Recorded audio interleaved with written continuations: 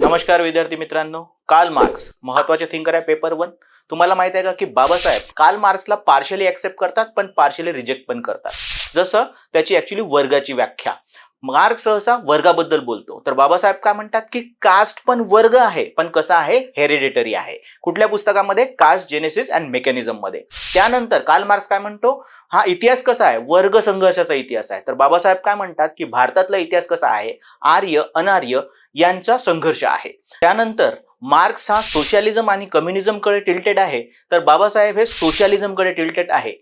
त्याच प्रकारे असे लक्षात येते की कार्ल मार्क्स हा अनार्किस्ट आहे, म्हणजे राज्यविहीन व्यवस्थेला महत्व देतो, तर बाबासाहेब हे सोशलिस्ट असून हे राज्याला महत्व देतात आणि राज्य कल्याणकारी असू शकतं असा त्यांचा विश्वास आहे।